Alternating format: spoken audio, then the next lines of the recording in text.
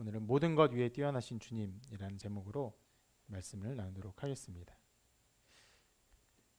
성탄절이 이제 2주 앞으로 다가왔습니다.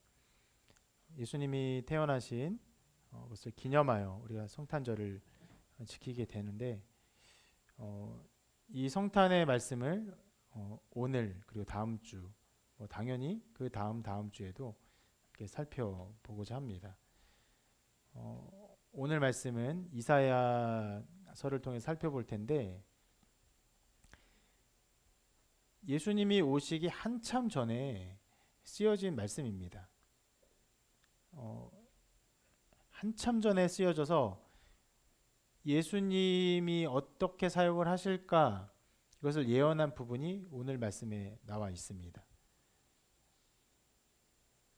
이곳에는 오늘 예배를 처음 드린다고 하시는 분도 계시고 또 처음 방문한 분도 계시고 한데 예수님이 어떤 분인지 오늘 말씀을 통해서 배우시고 또 알게 되시기를 바랍니다. 누구나 다 어느 정도는 알죠. 아기 예수님으로 이 땅에 오셨고 또 그의 제자들을 가르치셨고 또 수많은 사람들이 그 예수님을 믿고 따르고 있죠. 근데 그 예수님이 어느 날 갑자기 와서 갑작스럽게 놀라운 가르침을 가르치셨고 그래서 사람들이 따르고 그런 것만이 아니라 이미 하나님께서 예수님을 이 땅에 보내주기로 작정을 하셨고 그래서 그의 선지자들을 통해서 예수님이 오셔서 하실 사역들을 예견하셨습니다. 그렇게 예견된 몇 개의 말씀들이 있는데 특별히 오늘은 이사야의 예견된 말씀을 보고자 합니다. 오늘 읽은 2장의 말씀을 보기 위해서 이사야의 1장부터의 내용을 좀 잠깐 살펴보고자 하는데 우리가 오늘 읽은 이사야서 말씀 자체는요 무려 66장이나 되는 굉장히 긴 내용으로 이루어진 선지서입니다. 길이가 긴 만큼 어떤 면에서는 여기서 이사야서를 제대로 읽어보지 않은 사람도 굉장히 많으리라고 생각합니다. 길이가 긴 만큼 많은 내용을 담고 있어요. 그 내용의 어떤 핵심을 뽑아보자면 이스라엘에 대한 심판 그리고 회복 심지어는 이스라엘 나라 주변에 있는 여러 나라들에 대한 하나님의 심판의 메시지까지 이 안에 나와 있습니다. 그래서 이사야서를 읽으면은 앞으로 일어날 심판에 대한 메시지들이 쭉 나와 있기 때문에 이게 어떤 의미인가 또 특별히 이스라엘 주변의 나라의 일들까지 막 거론하니까 이게 도대체 나하고는 어떤 상관인가 어떤 의미인가 좀 알기가 어렵고 이해하기 힘든 부분이 있습니다. 그런데 1장부터 오늘 읽은 2장 정도까지가 이 책 전체의 일종의 요약판이라고 할 수가 있어요. 그래서 1장에 나오는 몇 개의 핵심적인 말씀들을 보면은 이사야서가 어떤 흐름을 가지고 있는지 어떤 것들을 하나님께서 말씀하시는지 알 수가 있는데 먼저 여기 보면은 심판의 메시지, 회복의 메시지라고 써 있잖아요. 그리고 주변 나라들의 심판의 메시지를 써 있는데 먼저 1장을 시작하면서 심판에 대한 메시지가 나옵니다. 같이 한번 이 부분 읽어볼까요? 시작. 하늘이여 들으라, 땅이여 귀를 기울이라. 여호와께서 말씀하시기를 내가 자식을 양육하였거늘 그들이 나를 거역하도다. 소는 그 임자를 알고 나귀는 그 주인의 구유를 알건만은 이스라엘은 알지 못하고 나의 백성은 깨닫지 못하는도다 하셨도다. 이스라엘 백성이 하나님을 알지 못하고 배반하고 그런 떠나가는 모습에 대해서 하나님이 그런 책망하시고 그런 모습에 대해서 하나님의 어떤 심판의 뜻을 내비치는 말씀이죠. 그리고 이어서 이렇게 말씀하십니다. 이것도 같이 계속 읽어볼게요. 같이 읽습니다. 시작. 헛된 재물을 다시 가져오지 말라. 분향은 내가 가증히 여기는 바요. 월삭과 안식일과 대회로 모이는 것도 그러하니 성회와 어울러 악을 행하는 것을 내가 견디지 못하겠노라. 내 마음이 너희의 월삭과 정한 절기를 싫어하나니 그것이 내게 무거운 짐이라. 내가 지기에 곤비하였느니라. 헛된 재물을 가져오지 말라. 무슨 말이냐면 쉽게 얘기하면 예배하지 말아라 하는 거예요. 너희들이 예배하는 모양으로 모여서 예배하지만 그러나 악을 더불어 행하고 그렇게 마음으로 나에게서 떠난 것을 내가 정말 견디기 힘들다. 너희들의 그 예배를 참아 볼 수가 없다. 예배하지 말아라. 이런 말씀을 하시는 거예요. 근데 이러한 정말 강력한 책망 이후에 회복의 메시지를 또 말씀하십니다. 이렇게 말씀하세요. 읽어볼게요. 시작. 여호와께서 말씀하시되 오라 우리가 서로 변론하자. 너희의 죄가 주홍 같을지라도 눈과 같이 희어질 것이요 진홍같이 붉을지라도 양털같이 희게 되리라. 네. 예배하지 말아라 이렇게 하면서 심판의 메시지를 말하시지만 그렇게 심판만 말씀하지 아니하시고 다시금 회복시킬 것을 너희의 죄가 주홍같이 붉을지라도 그러니까 피와 같을지라도 내가 하얗게 만들 것이다. 양털같이 깨끗하게 너희 죄를 다 사할 것이다. 이런 회복의 메시지를 주시는 것이에요.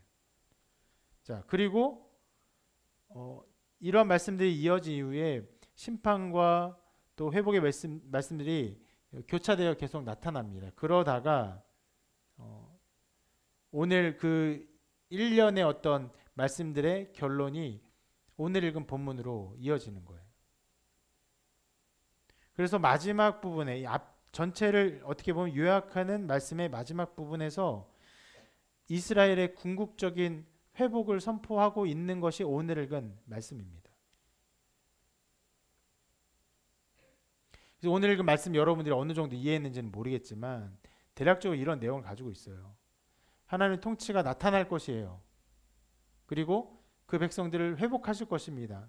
그리고 그때 완전한 평화가 이루어질 것이다. 이것을 말씀하시는 것입니다.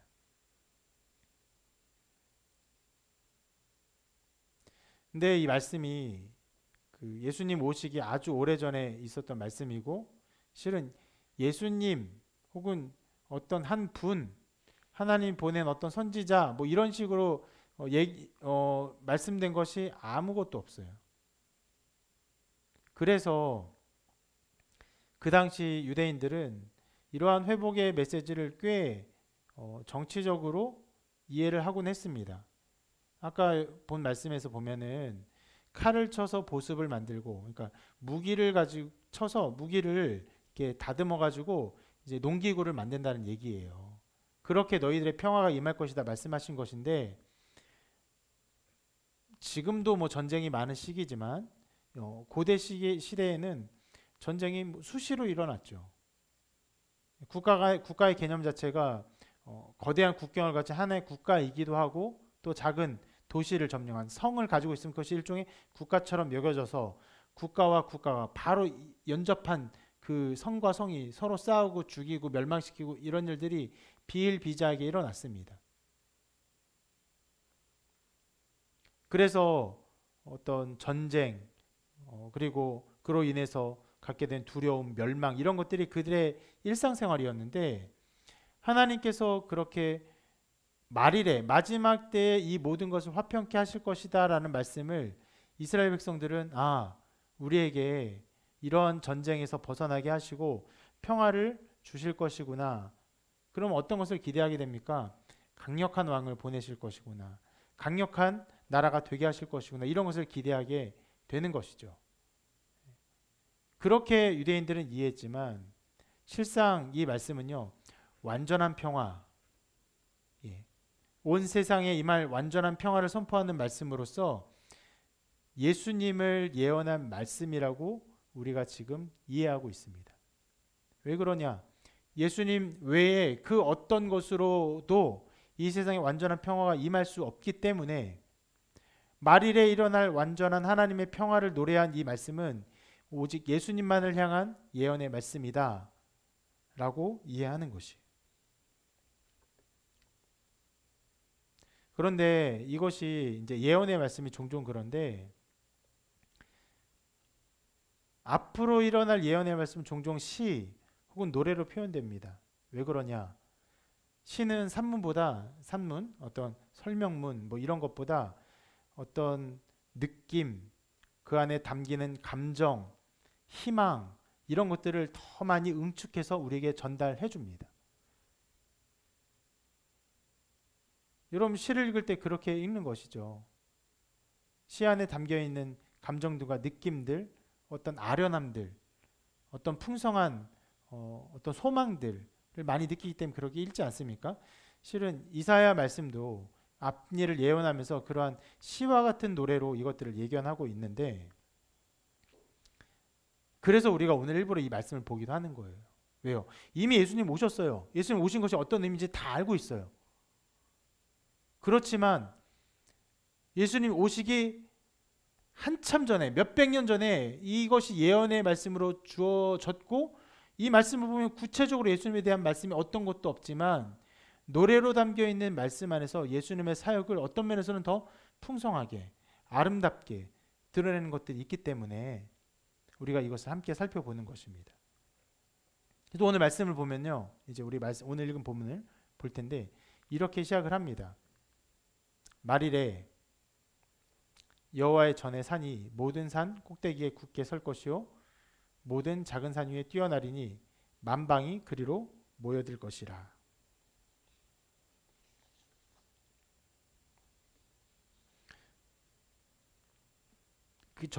자, 여호와의 전에 산, 이 말 자체가 그렇게 잘 이해가 안 돼요. 뭐냐면 이제 여호와의 성전이 거하는 산을 말하는 거예요. 여호와의 성전이 거하는 산, 그 산이 모든 산 꼭대기에 굳게 선다고 합니다. 여러분 이거를 시적으로 이해하지 않고 실제로 이해하면, 실제 그냥 어떤 설명문을 이해하면 이게 무슨 일입니까? 이게 재앙이죠. 산 위에 산이 선다는 거예요. 그럼 산사태가 일어나든지 지진이 일어나든지 뭐 어마어마하게 땅이 뒤집히든지 난리가 나는 거예요. 당연히 그런 얘기가 아닙니다. 산이 무엇을 나타내냐? 높은 것, 사람들이 바라는 어떤 기대와 소망과 어떤 권세들, 능력들, 이런 것들을 말하는 것이에요. 모든 작은 산, 이 세상의 모든 어떤 소망들, 기대와 바램들, 실은 여러 종교들, 사람들이 그래서 종교를 믿죠. 어떤 기대와 소망이 있기 때문에. 특히 요즘에는 이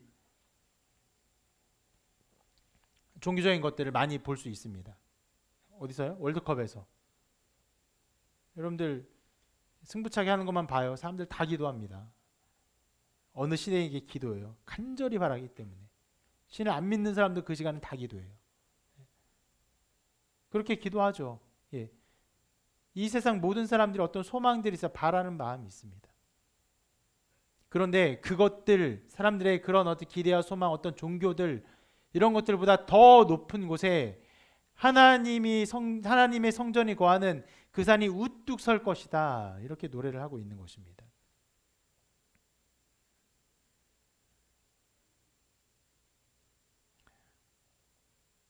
높이 세워진 것은요, 잘 보여요. 그래서 사람들은 고대로부터 자기 소망을 담아서 높은 것을 건축해 왔습니다. 여기 써 있는 것처럼 이집트의 피라미드가 바로 그러한 하나의 예예요. 또 성경적인 예는 뭐가 있습니까? 바벨탑.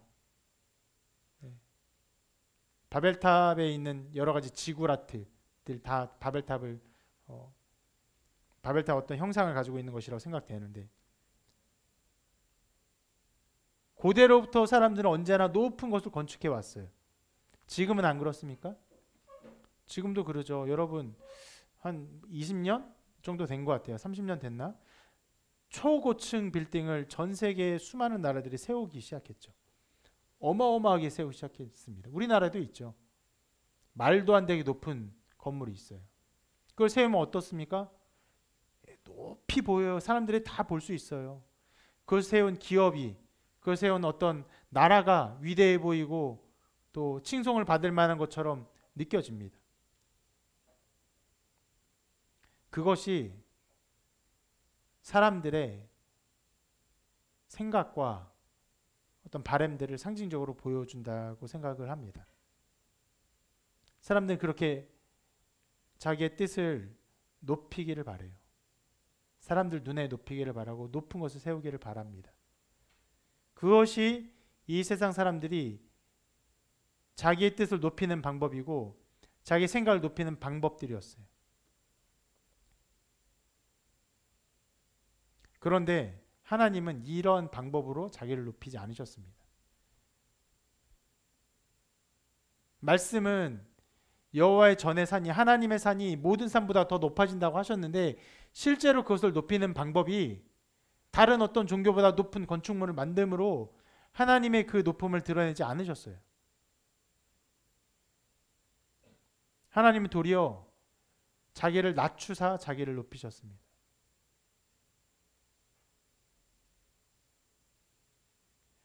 하나님이 자기를 낮추시는 이 낮추심의 가장 영광스러운 일이 어디에 나타났습니까? 바로 우리 주 예수 그리스도의 존재 자체에 나타났어요. 주님의 존재를 말씀이 이렇게 증거하죠. 그는 그뭐 하나님의 본체시나 하나님과 동등됨을 취할 것으로 여기지 아니하시고 오히려 자기를 비워 종의 형체를 가지사 사람들과 같이 되셨고 하나님 인간이 되셨어요. 낮아지셨어요.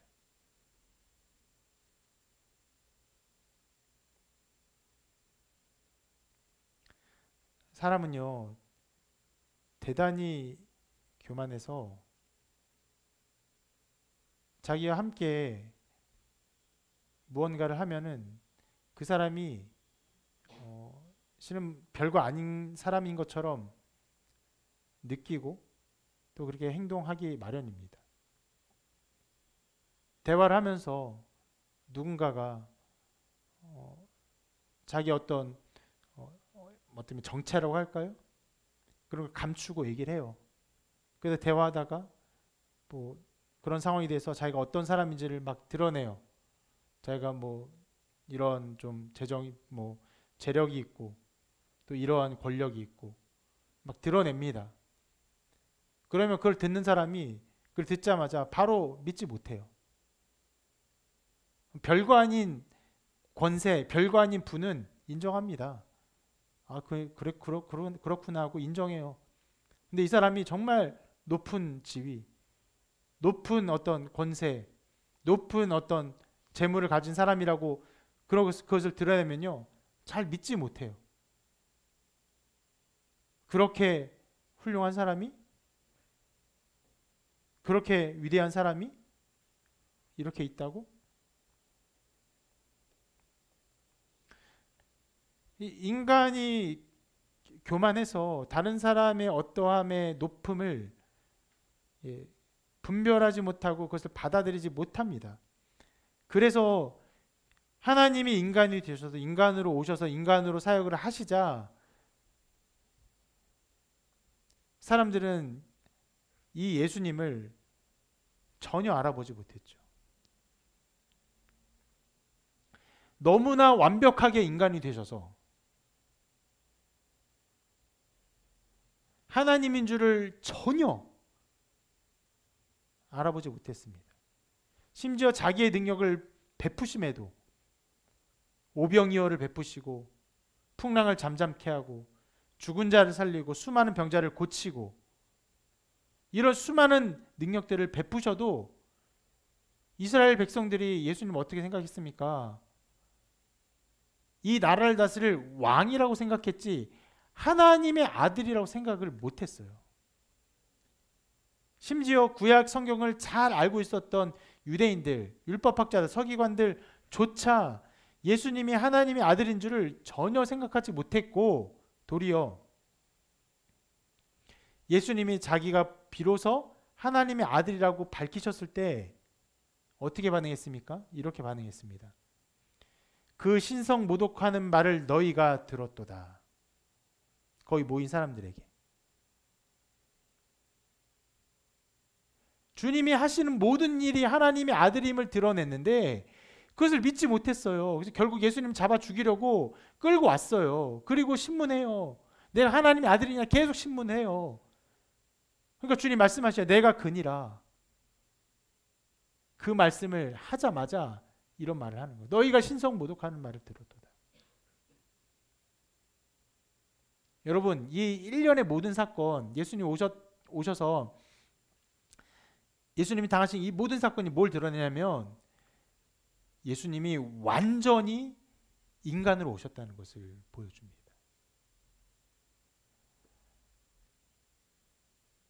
너무나 완벽하게 인간으로 오셔서 하나님인 것을 도무지 믿지 못할 정도로 그렇게 오셨어요.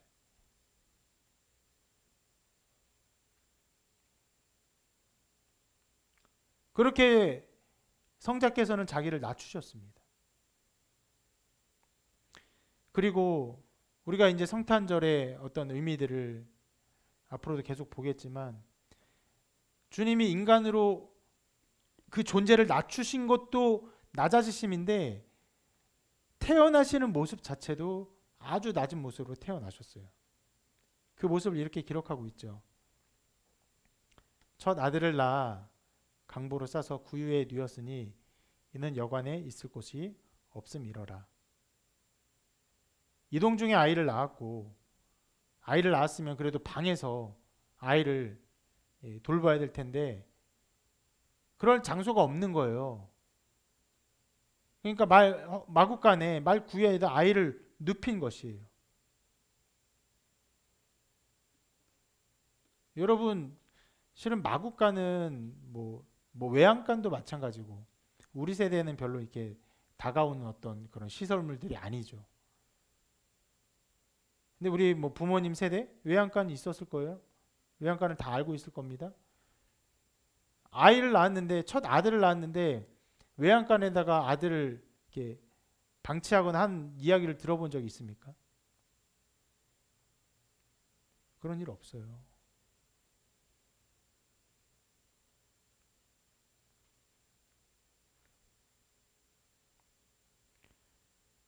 이 사건이 그러니까 불가피하게 그렇게 되어진 어떤 불쌍한 상태를 나타내는 것인데 또 주님이 자신을 그렇게 낮추시는 것을 말씀하는 것입니다. 하나님의 아들이 이 땅에 태어나는데 아무런 계획도 없이 목적도 없이 그냥 어떤 면에서 우연에 자기를 내어놓고 그래 인간으로 오기로 작정했으니까 내가 아기 예수로 태어나고 그러다 보니까 우연히 난 것입니까? 아니요. 이렇게 태어나신 것 자체가 하나님의 모든 계획을 담고 있는 것이. 모든 인간보다 모든 세상에 비천한 사람보다 더 낮아지고 비천한 존재로 자기를 주신 거예요.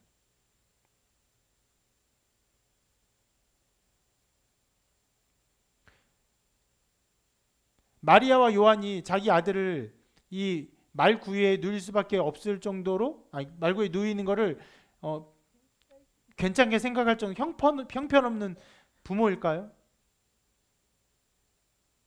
그렇지 않아요. 여러모로 심지가 굳은 사람들이었어요. 그런데도 이런 상황이 벌어지게 한 것은 하나님의 역사하심입니다.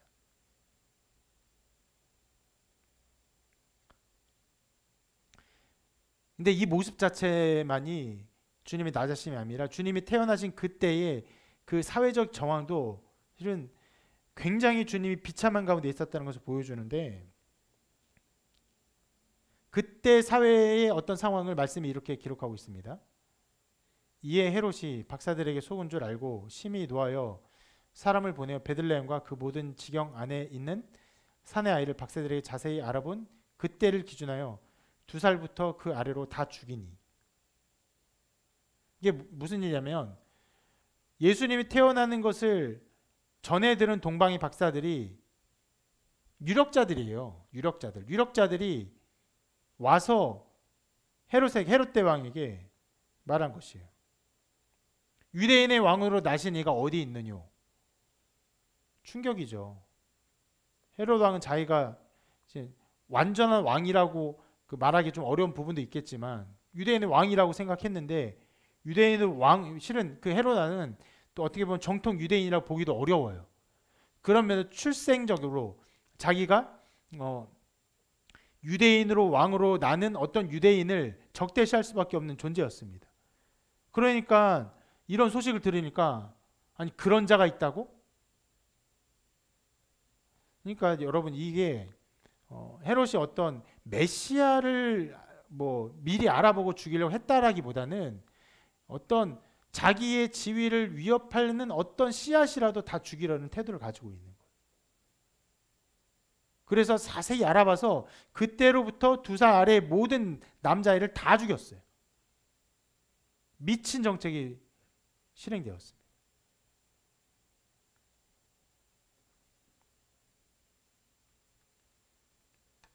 유대인의 왕으로서 자기가 있기 위해서. 그러니까 이 모든 상황이 뭘 보여줍니까? 주님이 정말 비참한 가운데, 정말 위험한 가운데 이 세상에 죽음 당하기 마땅한 존재로서 태어날 때부터 실은 주님, 예수님 외에 굉장히 많은 아이들이 다 죽어갈 정도로 그러니까 존재 자체가 죽음의 위협 가운데 있는 거예요. 태어날 때부터.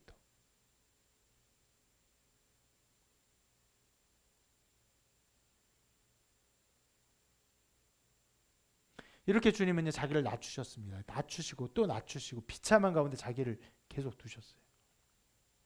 그런데 주님의 이 낮아심은요, 이것보다 더 극명하게 드러나게 되죠. 어디서 드러납니까? 바로 십자가입니다.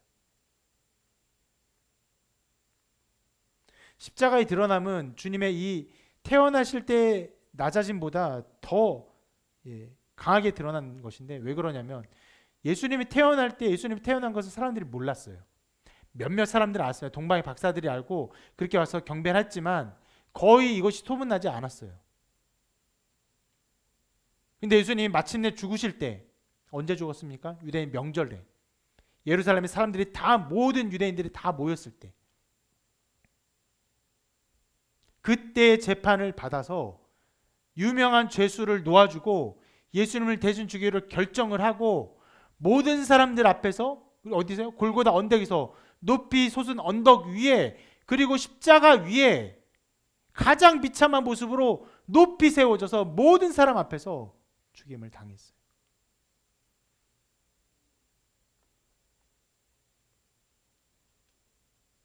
주님은 높이 계셨어요.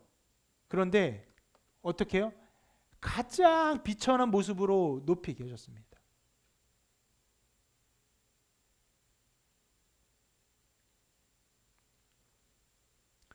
누군가의 죽음의 모습을 보는 것은 굉장히 괴롭고 고통스러운 일이죠. 교통사고 난 영상만 봐도 실은 여러 가지 트라우마가 생기고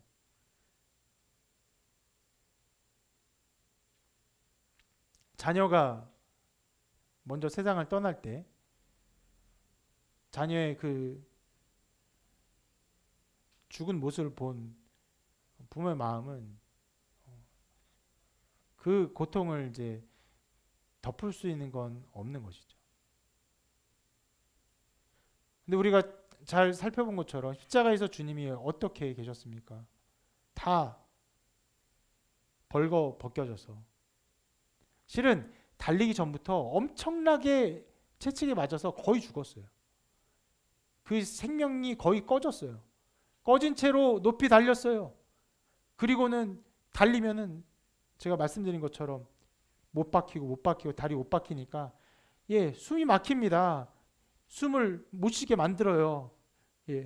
그러면 다리에서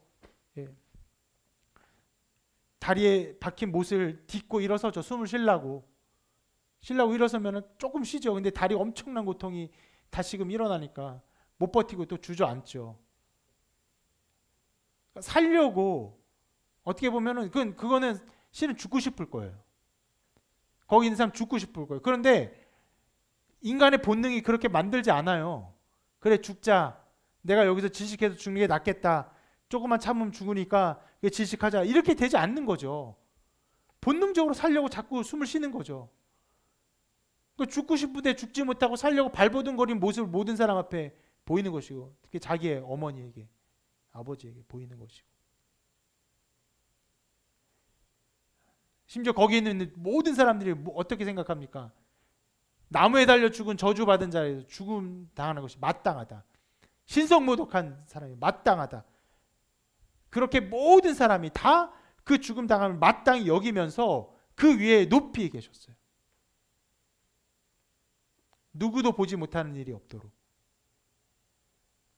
원래 십자가가 그런 형벌이에요. 모든 사람에게 그 사람이 얼마나 죽어 마땅한 자인지를 보여주기 위해서 고안된 형벌이죠. 오랫동안 죽어요. 길면 일주일 동안 죽습니다. 일주일 동안 그 사람이 죽지 않고 헐떡거리는 모습을 사람들이 계속 보는 거예요. 거기에 주님이 달리사 자기의 죽임 당함을 만천하에 드러내셨고 고통당하셨습니다. 심지어 죽으시기 전에 뭐라고 말씀하셨습니까? 나의 하나님 어찌하여 나를 버리시나이까. 도무지 이해할 수 없는 깊은 고통의 소리를 내셨죠. 삼위 하나님이 아버지와 나는 하나이니라 말씀하신 주께서 어떻게 하나님으로부터 버림을 받을 수 있는가, 도무지 이해할 수 없는 그런 외침을 외치시고 죽으셨습니다. 자, 이렇게 주님은요 모든 면에서 낮아지고 그리고 완전히 낮아진 것이 높이 드러남으로 낮아졌어요. 이것이 오늘 말씀에 아까 본 말씀, 여호와의 전의 산이 모든 산 꼭대기에 굳게 선 것입니다. 사람들은 여러 가지 종교의 탑을 세웁니다. 여러분 수많은 불상들을 봐요. 어마어마하게 세웁니다. 중국 가보세요. 이상 관우상 이런 상들이 수백 미터씩 세워졌어요. 그렇게 세워요. 피라미드가 있어요. 전 세계 곳곳에 수많은 첨탑들이 있어요. 종교의 탑들이 있어요. 하나님이 우리를 사랑하신 그 사랑은요 그런 것들을 통해 나타나지 않았어요. 가장 비참한 죽음으로, 누구도 보기 싫은 죽음으로, 그거를 높이 들림으로, 그렇게 여호와의 전의 산이, 하나님의 성전이, 거룩한 것이 모든 것 위에 높이 세워졌습니다.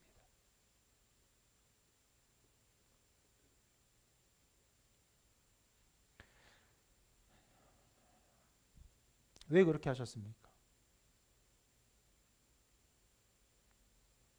죄로 말미암아 깨어지고 또 이 죄된 세상에서 고통받고 소외되고 버려진 존재로 살아가는 수많은 죄인들의 친구가 되기 위해서, 그들의 구원자가 되기 위해서 주님이 이러한 길을 걸어가셨습니다.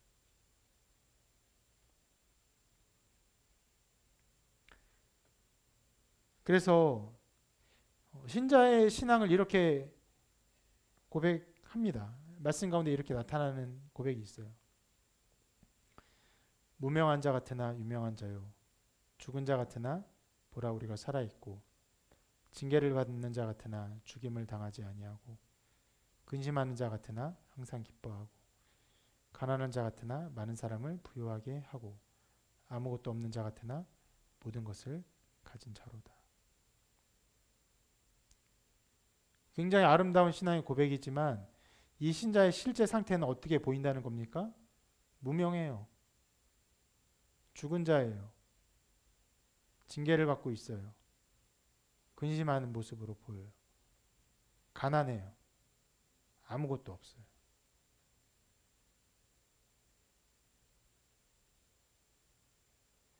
그런 자들이 예수님을 알 때 이렇게 고백하는 거예요. 유명한 자지만 유명하고. 왜 유명합니까? 하나님이 내 이름을 불러주시니까. 죽은 자 같으나 아무 소망 없이 다 끝난 것 같아요. 그런데 살아있어요. 정말 하나님 신 믿음 안에서 이것이 꺼지지 않는 그 믿음 안에서 정말 살아 있어요. 엄청난 징계를 받는데 죽임 당하지 않아요. 근심으로 가득하는 것이 마땅히 보이는데 기쁨이 있어요. 가난해요. 찢어지게 가난해요. 그럼에도 불구하고 다른 사람을 부유하게 합니다. 왜요? 가난한 가운데서도 기뻐하며 감사하며 하나님께 영혼들 진실된 마음으로 다른 사람의 마음들을 변화시켜요.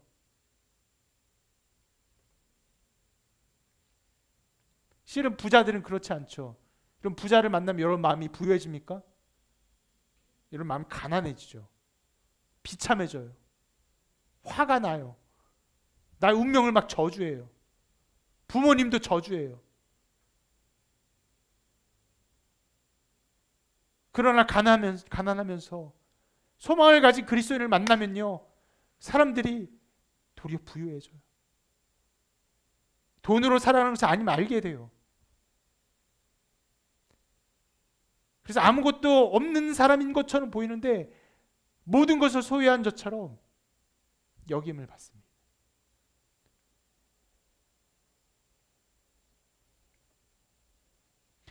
이러한 자들의 친구가 되어주시고 구원자가 되어주심으로 모든 작은 산 위에 여호와의 전인 산이 그 위에 높이 세워지는 것이에요. 이 세상에 수많은 어려움을 당하는, 고통당한 사람들, 병자들, 노예들, 종들, 예수님의 복음 안에서 자기를 구원하신 은혜로 말미암아 새 생명을 얻었어요.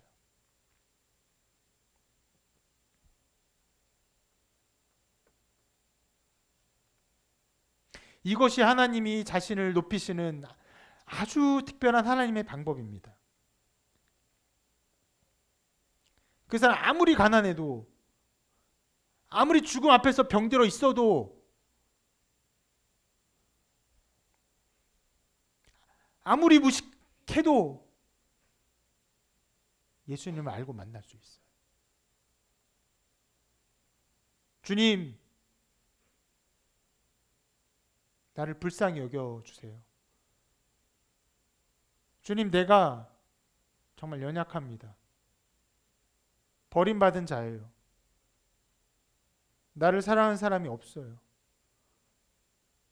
가진 것도 너무 없어요. 어떻게 살아야 할지도 모르겠어요.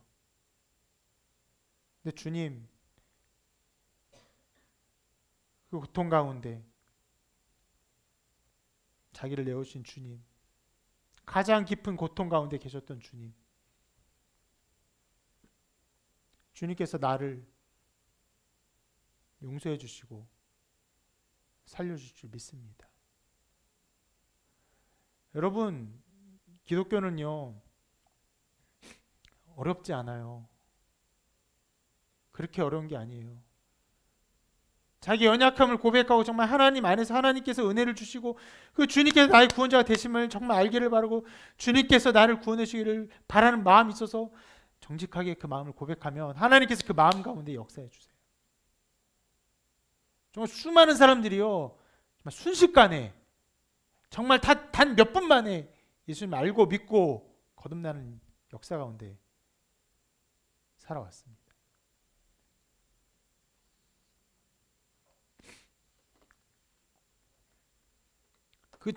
그 어떤 종교처럼 절대로 애매한 소리를 하지 않고 오랫동안 고민해 보세요. 오랫동안 수양해 보세요. 많은 것들 깨달음이 있어야 됩니다. 이렇게 말하지 않아요. 예수님 앞에 나와. 예수님 나를 위해서 하늘 영광 버리고 인간으로 오시고 나보다 더 비참한 가운데 자기를 내어놓으시고 비참한 죽음으로 나를 구원하신 주님을 바라보고 그것을 인정하며 은혜를 구하면 은혜를 베풀어 주십니다.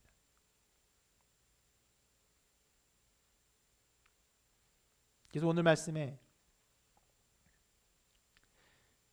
여호와의 전의 산이 모든 산 꼭대기 위에 굳게 설 것이요 모든 산 위에 뛰어나리. 그렇게 뛰어나요. 여호와의 전에서 뛰어납니다. 주님이 이렇게 높아지셨어요. 그럼 어떻게 된다고 말씀합니까? 만방이 그리로 모여들 것이라. 만방이 모여들어요. 수많은 나라에서 수많은 사람들이 생각지도 않게 어마어마한 사람들이 주님께 모여듭니다. 왜요? 다 구원이 필요한 잃어버린 자고 죄인이고 고통당한 자들이기 때문에. 이러한 주님의 사역들을 이 말씀이 예견한 것이고 이 예견이 주님의 사역을 통해서 아름답게 드러난 것입니다. 그리고 그렇게 여호와의 전의 산이 굳게 설 때 우리에게 나타난 일들을 이렇게 말씀합니다. 함께 같이 읽어볼까요? 시작. 많은 백성이 가며 이르기를 오라 우리가 여호와의 산에 오르며 야곱의 하나님의 전에 이르자 그가 그의 길을 우리에게 가르치실 것이라 우리가 그 길로 행하리라 하리니 이는 율법이 시온에서부터 나올 것이요 여호와의 말씀이 예루살렘에서부터 나올 것임이니라. 자, 어떤 일이 일어나는 겁니까? 여호와의 산에 오르기를 즐거워하는 거예요. 그러니까 오라 우리가 여호와의 전에 산에 이르자, 여호와의 전에 산에 가자라는 말을 하는 거예요. 하나님의 뜻을 기뻐해요. 하나님의 뜻이 가르쳐지는 그것을 사모해요. 즐거워해요. 그래서 거기를 가기를 함께 요청하며 함께 말하는 것입니다. 여러분, 이것은요 죄인에게 일어날 수 없는 일입니다. 죄인은 하나님을 싫어해요. 하나님께 가까이 오는 것이 자기의 죄를 드러내는 것이어서 정말 싫어합니다.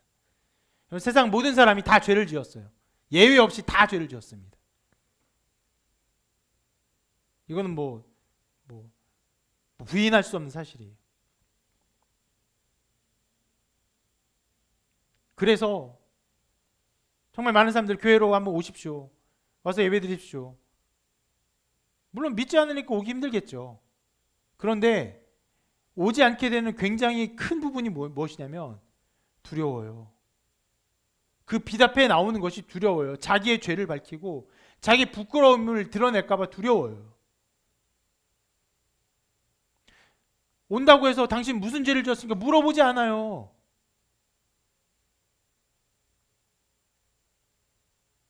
따지지도 않아요. 그런데 자기 양심이 작용합니다. 자기 양심이 작용을 해요.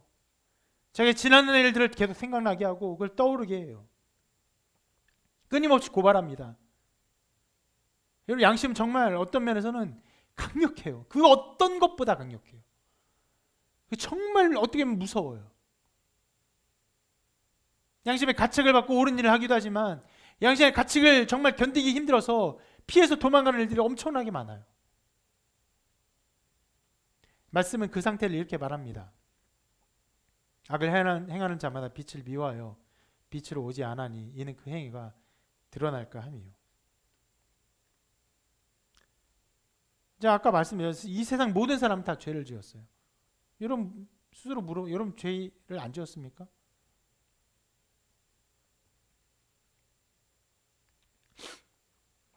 다 지어요. 근데 다 짓기 때문에 실은 빛을 싫어해요. 드러날까 해서 싫어요. 피하게 돼요. 그런데 아까 말한 것처럼 여호와의 전의 산이 세워졌어요. 그게 어떤 식으로 세웠습니까? 우리 주님의 십자가로 세워졌어요. 주님이 죽으셨어요. 피 흘려 죽으셨어요. 우리의 죄의 값을 지고 죽으셨어요. 하나님의 아들의 죄가 없으신 분인데 우리의 죄의 짐을 지고 그 죄의 값을 치르기 위해서 거기서 죽으셨어요. 그렇게 높이 들렸습니다. 그렇기 때문에 이제 우리의 모든 죄가 사함받음을 알아요. 이것이 깨끗하게 된 것을 알아요. 그래서 이제 그 빛 안에 기쁨으로 나오는 것이에요. 하나님의 전에 나오는 것이에요. 즐거워하며 나오는 것이에요. 그런 일들이 일어납니다. 이 죄인들에게 일어난 십자가의 사건을 히브리서가 이렇게 말하죠. 그러므로 형제들아 우리가 예수의 피를 힘입어 성소에 들어갈 담력을 얻었나니 그게 우리를 위하여 휘장 가운데 열어놓으신 새로운 살 길이요 휘장은 곧 그의 육체니라. 주님의 육체가 찢어졌어요. 휘장이 찢어졌습니다. 그래서 하나님의 거룩한 지성소에 나아갈 수 있는 길이 열렸어요. 그리고 우리는 마음에 담력을 얻습니다. 우리가 하나님께 나아갈 수 있구나. 하나님께 나아갈 수 있는 존재가 되었구나. 담력을 얻었어요. 우리의 기도는요. 아까 말했던 승부차기 할 때 기도하는 그런 기도가 아니에요. 했으면 좋겠다. 막연하게 그런 바란 게 아니에요. 주님께, 하나님께 담대히 구하는 거예요. 하나님 뜻을 알게 해주세요. 하나님 나의 길을 보여주세요. 나의 길을 하나님의 길로 인도해 주세요.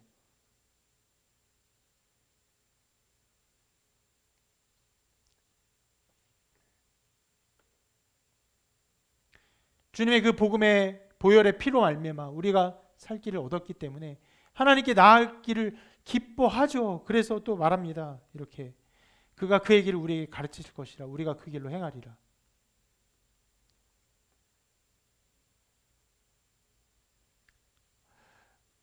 이건 역시 하나님의 인도하심에 대한 확신입니다. 이것을 잘못 보면요, 우리를 가르쳐 주십시오, 우리가 그렇게 하겠습니다, 우리의 의지를 표명한 것처럼 보이지만 그것이 아니에요.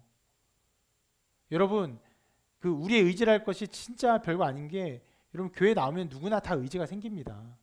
그래 착하게 살아야지, 그래 선하게 살아야지, 그래 좋은 마음으로 살아야지, 여러 가지 의지가 생겨요. 근데 아무것도 아니에요. 가면 그 의지 다 꺾어지고 그 의지는 여러 가지 죄의 욕심으로 다 사그라듭니다. 근데 이 고백 무슨 고백이냐? 하나님이 하나님의 길을 우리에게 가르쳐 주시고 우리가 그 길로 행하게 하시는 일까지 역사하세요. 우리의 마음, 우리의 의지, 우리의 정서를 바꾸어 가세요. 인도하세요. 정말 탁월한 코치 앞에 자기를 내어맡긴 운동선수와 같아요.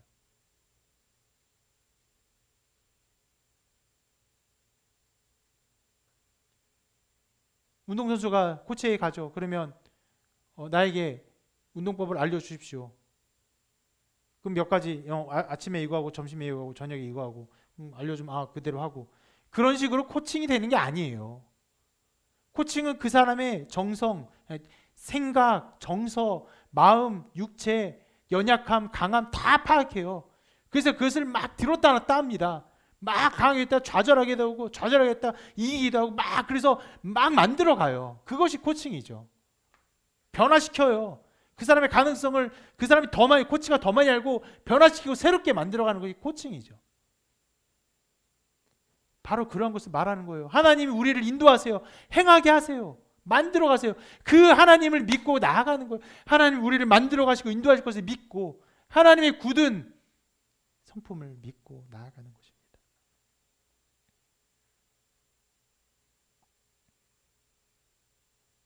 그리고 또 이렇게 고백하죠. 이는 율법이 시온에서부터 나올 것이요 이 말씀이 예루살렘부터 나올 것입니다. 하나님 말씀이 나와서 그 말씀으로 가르쳐 주시고 그 말씀으로 인도하시고 내 말씀으로 알면 나를 행하게 할 것을 믿음으로 고백하는 것입니다.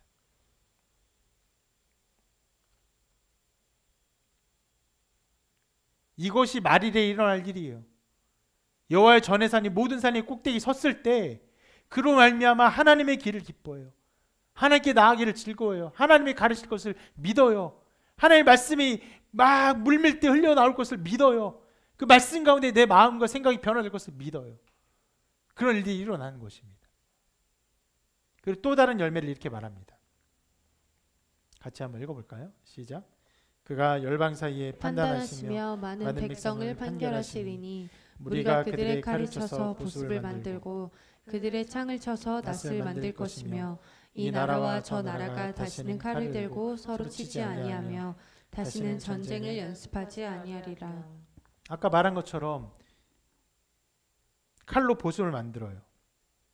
창으로 낫을 만든다고 합니다. 전쟁의 무기를 농기구로 만든다는 얘기예요. 이 말은 민족적인 차원에서는 전쟁이 그칠 것을 말씀하시는 것입니다. 근데 또 개인적인 차원에서는 이것이 다른 사람을 향한 진노와 분노의 마음을 새롭게 하시는 하나님의 사역임을 보여주는 것이. 여러분, 칼로 보습을 만드는 이 기술이 중요한 겁니까? 칼로 보습을 만들려는 마음이 중요한 것입니까? 마음이죠. 전쟁하지 않으려는 마음, 다른 사람 미워하지 않는 마음이 중요한 거죠. 하나님이 그 마음을 주사 그렇게 마음을 변화시키사 평화를 주시고 평화 가운데 우리를 인도하실 것을 말씀하시는 거예요. 인간에게 중요한 것은요, 환경이 아니라 마음이에요. 무기가 안 주어져도요, 다른 사람을 미워하면 뭘로 죽입니까? 정말 주변에 떨어진 연필로도 사람을 죽이는 게 사람이에요.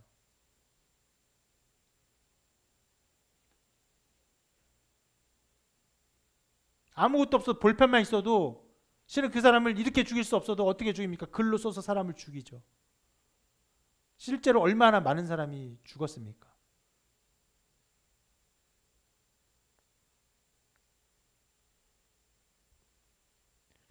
이태원에 사고당한 사람들의 부모님들 지금 얼마나 많이 고통받고 있습니까?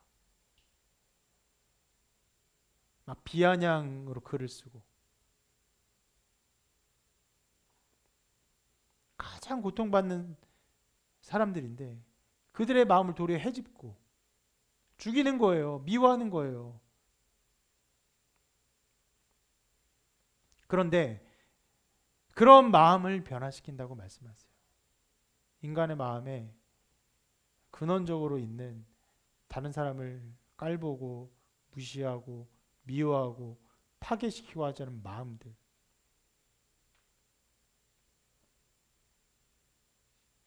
옛날보다 우리 아이들 뭐 중학교, 고등학교 그래서 그런 아이들에게 뭐 이제 깡패 같은 애들 또 폭력의 일들 옛날보다 많이 줄었어요.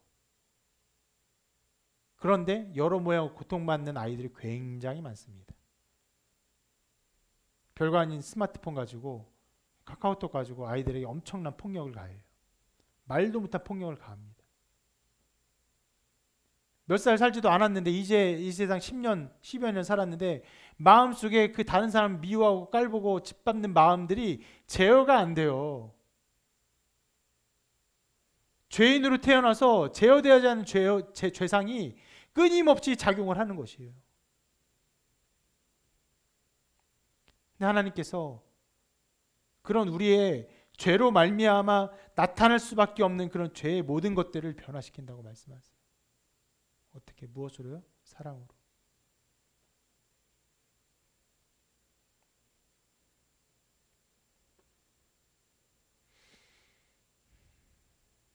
갈수록 이 세상이 공동체를 잃어버리고 개인주의화 되고 있습니다.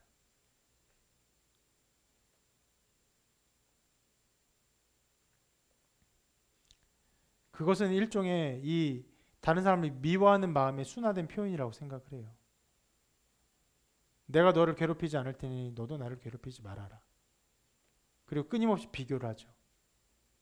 그리고 다른 사람을 깎아내리기를 원합니다. 다른 사람보다 더 높은 곳에 이르기를 원합니다.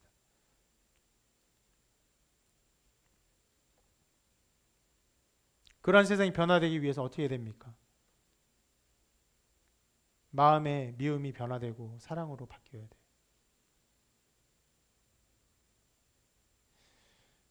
이 깨어진 마음 속에 연약해지고 고통받는 사람들이 어마어마하게 많아지고 있습니다. 젊은 세대일수록 더욱더 많아지고 있습니다.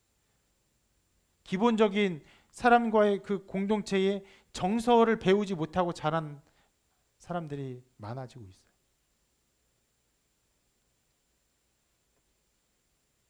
오직 복음만이 그 일을 할 수 있어요. 복음만이 칼을 쳐서 보수를 만듭니다. 그 마음속에 미워하는 마음을 사랑으로 바꿀 수 있어요. 이것이 말일에 일어날 일이다라고 하고 노래하는 것입니다. 유대인들은 실은 잘못 생각했죠. 그래 말일에 하나님의 거룩한 성 예루살렘이 높이 세워질 것이야. 우리가 높임 받을 것이야. 우리가 전쟁을 하지 않을 것이야. 근데 하나님은 완전히 다른 방향으로 그 일을 이루셨습니다. 어떻게 이루셨습니까? 우리 주 예수 그리스도의 오심과 죽으심과 부활로 이 모든 일을 이루셨습니다. 오늘 말씀은 이러한 하나님의 구원 사역을 보면서 마지막에 이렇게 노래합니다. 야곱 족속아 오라 우리가 여호와의 빛에 행하자. 하나님의 뜻을 기뻐하는 하나님의 뜻을 기뻐하면서 자기의 마음과 시간과 정성과 삶을 기꺼이 드리는 헌신들이 일어나는 거죠.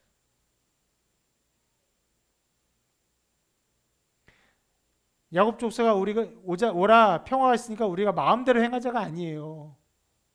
여호와의 빛에 행하자예요. 하나님의 빛 가운데 우리의 삶을 살자예요. 내 생각대로 살자가 아니에요. 여러분, 하나님의 인도하심과 하나님의 빛이 없으면요, 우리는 끊임없이 나의 욕심과 나의 이기심으로 가득 채워지게 됩니다.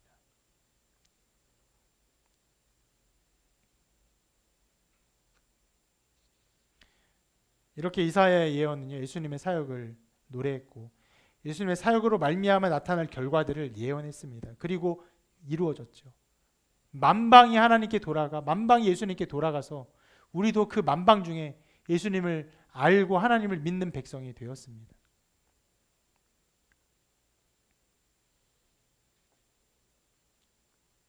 성탄절을 2주 앞두고 이 말씀을 살펴보았는데, 우리를 구원하시는 하나님, 가장 낮은 모습으로 오신 주님, 그리고 우리를 옳은 대로 인도하시는 하나님의 사역을 바라보시기를 바랍니다. 그리고 이 고백처럼 우리가 여호와의 빛에 행하자라고 고백하는 여러분의 삶이 되시기, 또 여러분의 고백이 터져 나오시기를 주님의 이름으로 축원합니다.